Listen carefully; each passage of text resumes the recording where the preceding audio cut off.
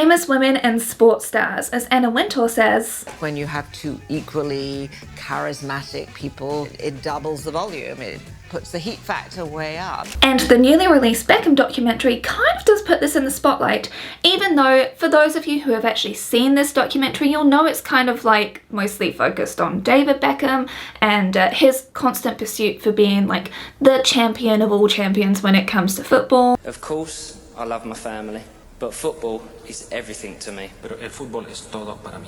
Less than ideal. And it also shows a highlight on David having the pressure to fulfill his father's dreams of being a footballer. Put it in the exact same spot as he wanted it, and if I didn't, he'd kill me.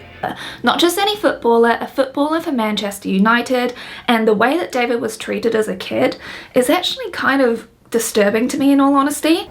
If I told him how good he was, then he's got nothing to work at. My mum turned around to my dad and saying, stop talking to him the way you're talking to him, stop shouting at him, stop telling him off. He did well today. And my dad would always be like, he did all right. Another thing that the documentary kind of justified for me was my fear of sports fans, because it was intense, to say the very least. I mean, when David got red carded, the way that he got treated by people was utterly disgusting. At the end of the day, this is sending off that's cost England. Of course it has. I'm not denying that. And there's this real like mob mentality, and it was so gross. There's a lot of issues, I would say. But we're not really talking about that today. We're focusing instead on the topic at hand. All of a sudden, people were piecing it all together. You know, Posh and Becks. Aware of the Spice Girls? I certainly was. I put them on the cover. It's not just Posh and Becks who are a famous person and sports star though. You've got Cheryl Tweedy and Ashley Cole, or you'll probably know her better as Cheryl Cole. We had Jessica Simpson and Tony Romo, and now we have Taylor Swift and Travis Kelse. All of these women have careers and fame in their own right, and actually before they even got with their partners. But when you're coming up against a world of masculinity, which is exactly what I call the world of ball sports, I'm trying to not say Balls. if you're in a relationship with a sports star, you get referred to as a wag, which is wives and girlfriends of famous men, mostly, particularly sports stars. Now, it does get forgotten that Victoria actually played a huge role in shaping who David Beckham actually was to begin with. When Victoria and David were actually kids, they were both the quiet kids. Like, Victoria in particular, like, she actually got bullied, and I talked about this in this video up here. She suffered from an ED as well. Like, she really had a lot of inner demons that she was fighting all the time, but it was through the Spice Girls, like the friendship and camaraderie there and how they built each other up and celebrated each other's differences. It was through that she was able to actually come out of her shell. Whereas with David, even though he was actually on sports teams who he actually considered to be family, like when he was with Manchester United in particular, like he still was a very shy person that was like very in on himself. But it was Victoria who really helped him gain his confidence, gain his charisma, change the way that he looked, experimented with a whole bunch of things, and he actually leaned on her an awful lot for this sort of transformation that he went through and this like inner confidence that he's known for now. So if it wasn't actually for Victoria being with him, then he wouldn't be quite the same person as what he is now. You could argue that for any relationship, but I really do think it's worthwhile actually noting that without Victoria, David was like a lot more reserved, I'll say. However, she was the one being blasted by media outlets all the time. She was the reason for his downfall. She distracted from his focus, which should have been always the football. Even when Posh actually found out that she was pregnant, she was on tour in America with the Spice Girls, and she called David up to tell him the good news. She was really excited. Yet the way that this is framed in the documentary was like, how dare you call your partner who you're engaged to, your fiance, how dare you call him, telling him that you're pregnant the day before his big match. And they even asked her in the documentary, right before the biggest game of his life. Yeah. Were you like excited? Did you think it would help him for the game? I don't really know. It was conveniently forgotten in this documentary that she was on tour in America when she found out that she was pregnant and dealing with like all of the morning sickness, everything like that, and having to go and perform every single day. He had one match to do, and yet she's the problem for telling him. Okay, cool. In the end, they told me that I had to have a cesarean section. And I remember the headlines, too posh to push. I wasn't too posh to push. I was told it would not be safe for me to be put into labour. When I say it was David's way all the time, I really do mean it. Even when she went to have her first child, who was 2 weeks overdue. I was lying there in hospital, numb from the waist down. And I was like, can you do my hair?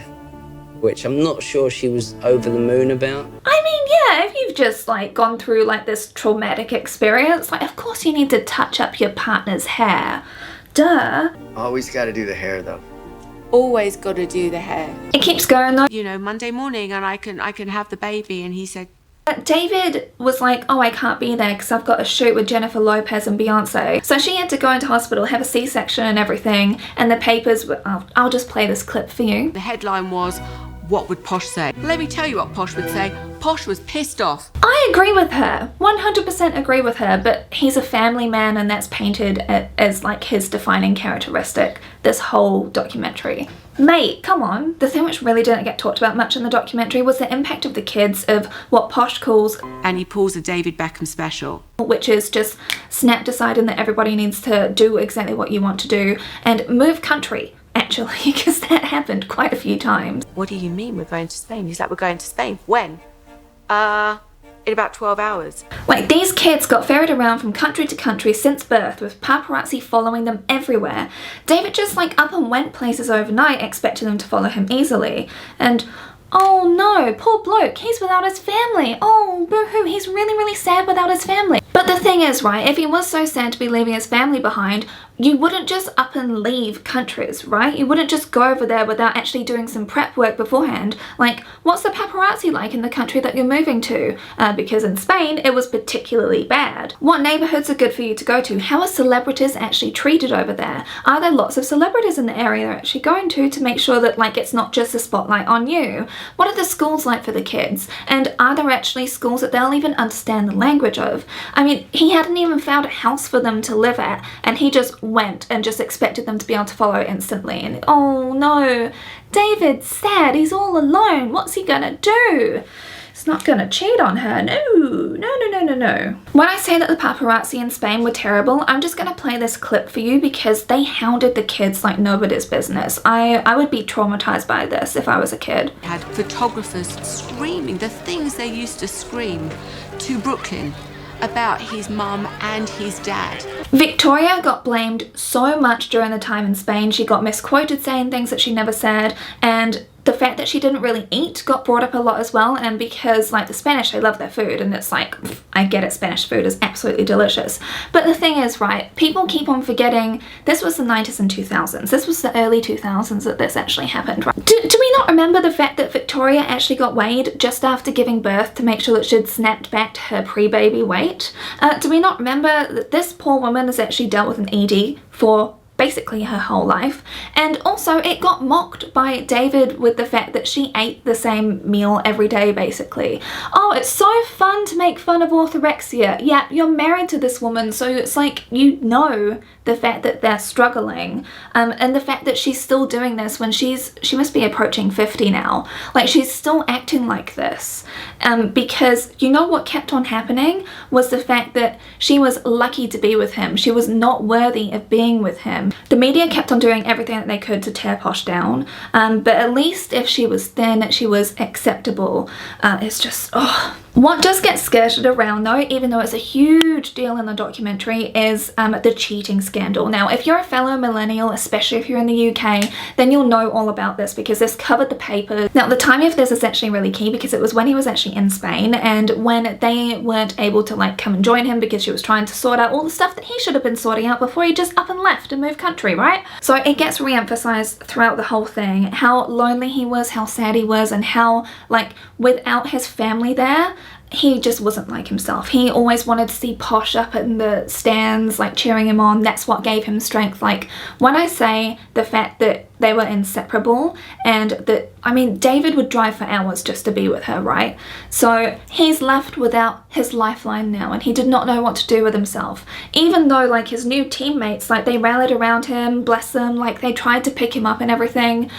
But the way that this gets addressed in the documentary is to do all of this sympathetic storytelling, and then they don't confirm or deny anything, but you can kind of like, I'll just play this for you. And at that time we needed to fight for each other. We needed to fight for our family. it does make me think, reading between the very broad lines here, that he did actually cheat on her. And of course he says, ultimately it's our private life. it's a private matter. Like, yeah, I'm sure it is, but like, do you want to know the clip that made me want to make this video to begin with? It's this one. And I'm not sure it's actually appreciated so much by my wife, in all honesty. The fact that when everyone's in bed, I then make sure everywhere's tidy, because I hate coming down in the morning and there's cups and plates and... To be that person. If the genders were reversed here and he was the wife that was saying he's not appreciated, people would be saying, oh, what a nag, it's like you got a rolling pin out, like there are way more important things to worry about. It's like, oh, okay, cool, except for the fact that statistically women do most of the unpaid labour in the household, and even more so when it comes to when you have children. Darling, where's this go? Do you remember? In my mind anyway, this was just another way to paint Victoria as being unworthy of him, because so many women would love for their husbands to actually participate in keeping the house clean.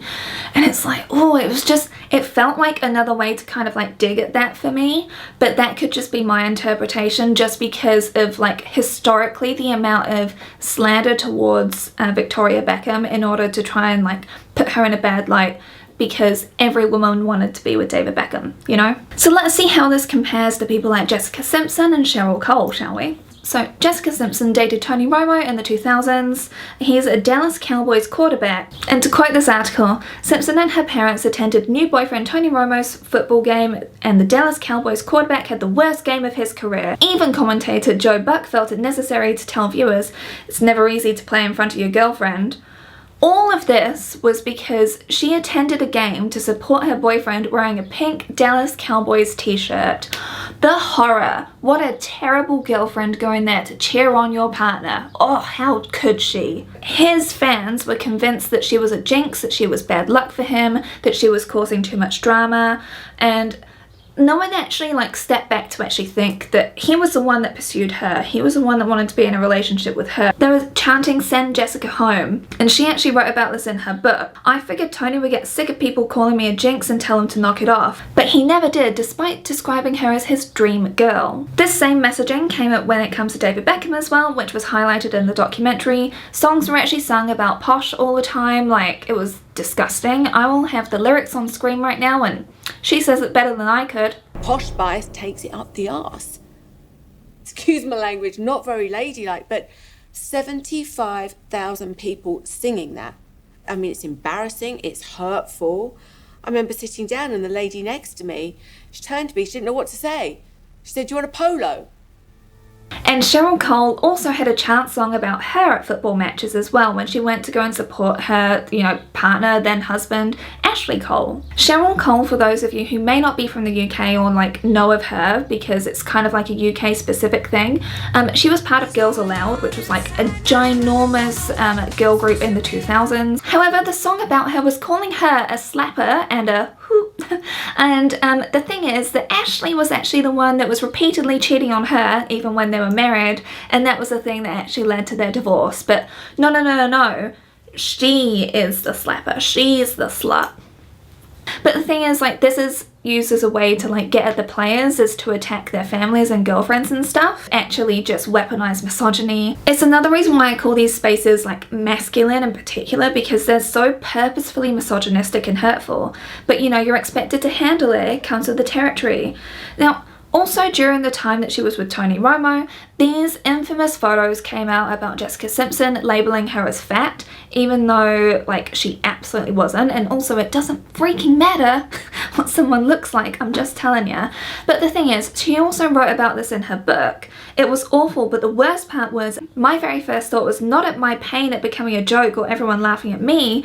No, it was, oh, I feel so bad that Tony has to be with the fat girl. This is exactly why I keep on saying like 2000s was not nice to women. But this is all part of the same problem, right? Because Posh got this same picking apart all the time. She got yelled at for being too skinny, for her plastic surgery, like for her clothes not being right. Like there was always something that was wrong with Victoria Beckham. She was just never good enough. She was known as pouty posh. And it's like, honestly, I would be miserable too if my husband just kept on like suddenly deciding to like uproot the whole family and then move across the world somewhere and then be like, oh, next week, actually I want to move back after you've done all this work. Oh well, you can do it all again, love. It got brought up in so many interviews about the fact that he was so hot, and doesn't she feel insecure in the fact that there are so many women throwing themselves at him, and oh my gosh, don't you feel bad? You know, it's all there for him. Yeah. And right now, he's in Spain, they're throwing himself at him. Yeah. Are you worried? Do you get concerned? Are you jealous of each other occasionally? No, I mean, I think it's always healthy to have a certain amount of jealousy in a relationship.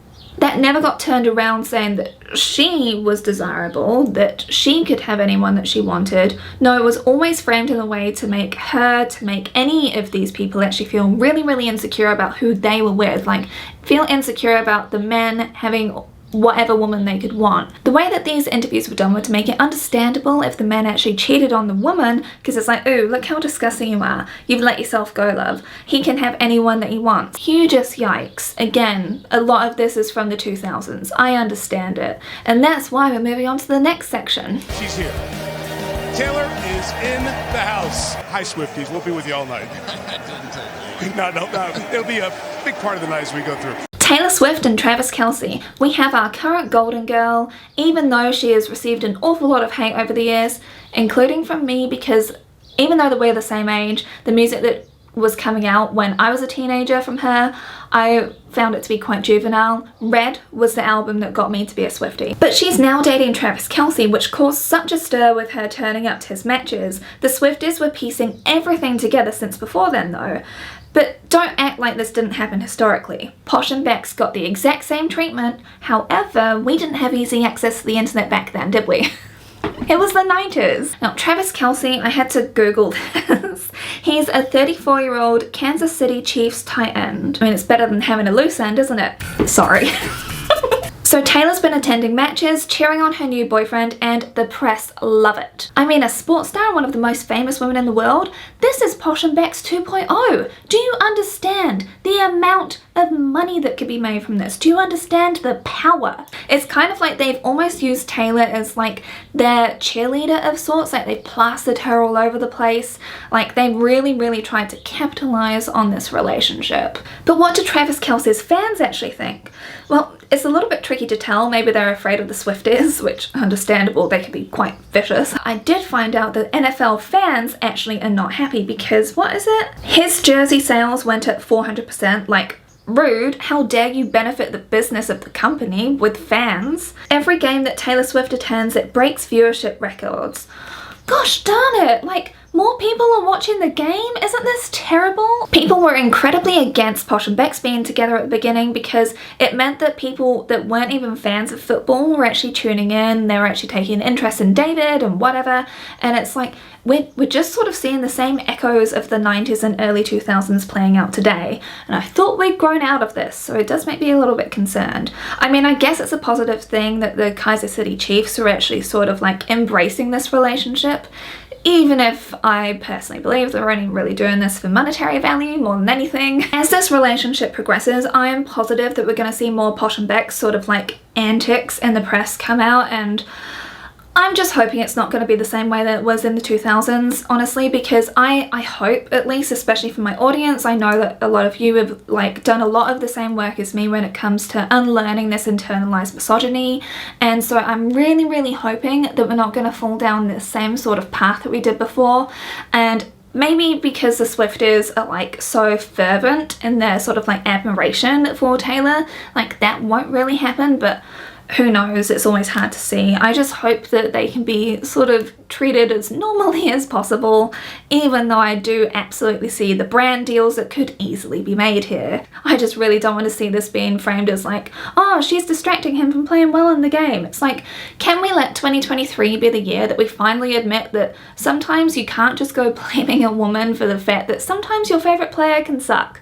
Okay, it just happens sometimes. People have off days all the time. Also, you could so easily argue that these men that these career women are in relationships with are a distraction to them, but you never see that happening now, do you?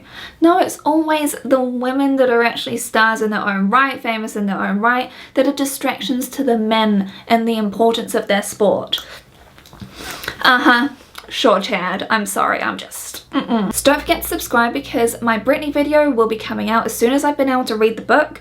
I am gonna be like working my butt off to get that video to you as quickly as possible.